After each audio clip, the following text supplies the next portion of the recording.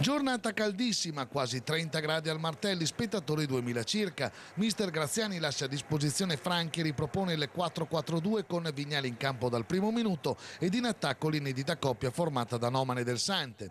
Dopo un tiro fiacco in apertura di Vignale, il Bellari a rendersi pericoloso con una conclusione di forte respinta da Bellodi al 15°. Passano 2 minuti ed il Mantova passa in vantaggio, schema da calcio d'angolo, cross di Colonetti per Caruso che irrompe in area e realizza di piatto destro.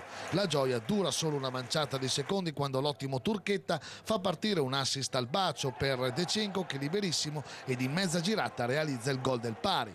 Il Bellari insiste, dal 22° Fioretto lambisce il palo. Il Mantova risponde con Noman senza fortuna, ma sarà poi Bellodi a salvare la baracca con una splendida parata su conclusione di Mariani dal limite. L'ultima emozione del primo tempo è un tiro di Del Sante con palla respinta dal portiere, ma è poca roba.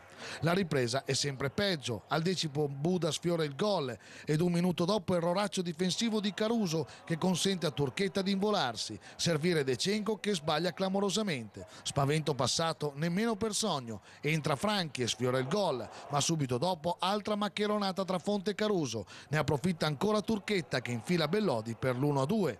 Il Mantova è a pezzi ma tenta una reazione, al 30° Spinale conclude alto, 3 minuti dopo ci prova Colonetti fino al 41° con un tiro di Del Sante salvato sulla riga e con una conclusione spettacolare di Franchi allo scadere. Dopo 4 minuti di recupero l'arbitro fischia la fine, aprendo ufficialmente la crisi del Mantova.